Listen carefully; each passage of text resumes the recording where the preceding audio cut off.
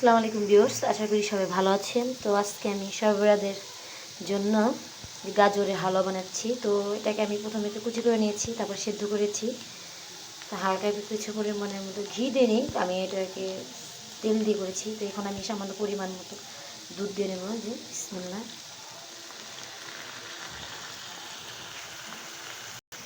তো ভালো করে দুধ দিয়ে এটাকে ম্যাশ করে নিচ্ছি।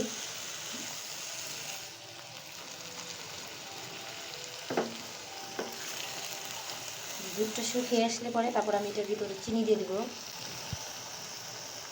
কালারটা চেঞ্জ হয়েছে, দেখতে পারতেছেন।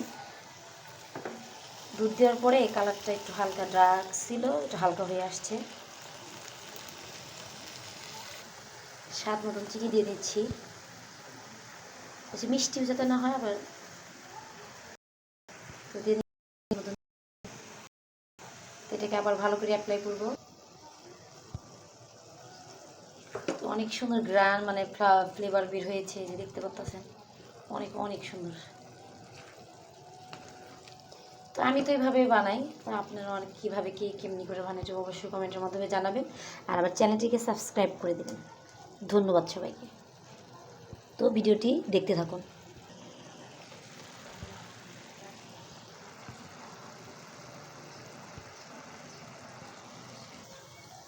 তো এই যে আবার গাজরের হালুয়া অলমোস্ট ডান। তো এখন আমি এখানে সুজির হালুয়া বানাবো, তো দেখতে থাকুন।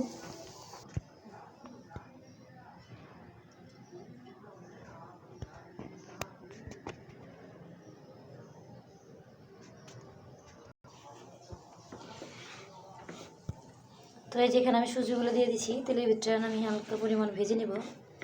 ভাজার পরে তারপরে আমি এটার ভিতরে হালকা করে দুধ ঢেলে দিব। দুধ আমি ভালো করে ঘন করে জাল দিয়ে নিয়েছি, তারপরে একটু ভালো করে ভেজে দিব। দুধ দেওয়ার পরে সুন্দর করে জাল হওয়ার পরে আমি এটাকে চিনি দিয়ে ভালোভাবে করবো। এটাকে এখন আমি সুন্দর করে ভেজে নিব।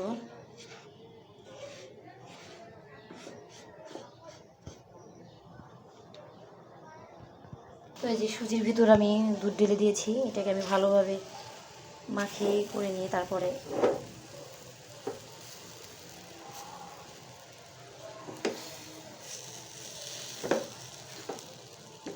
চিনি দিয়ে দেবো এটার ভেতর।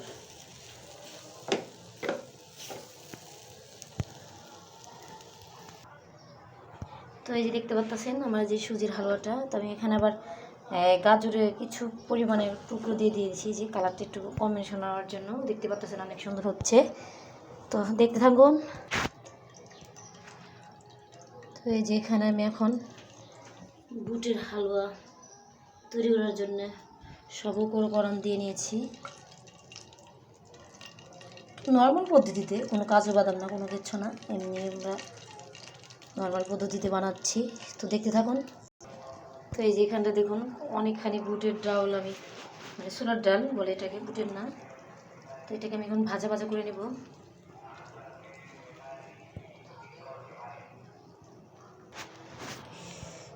দেখো কত কষ্ট একটা হালুয়া বানানো, পুরো একটা ট্রাকটা ভরে গেছে। তো তো সুজি এটা বানানো খুবই কষ্ট করে, যে দেখতে পাচ্ছেন বুট ছাড়ছে। আসসালামু আলাইকুম, সবাই ভালো থাকবেন।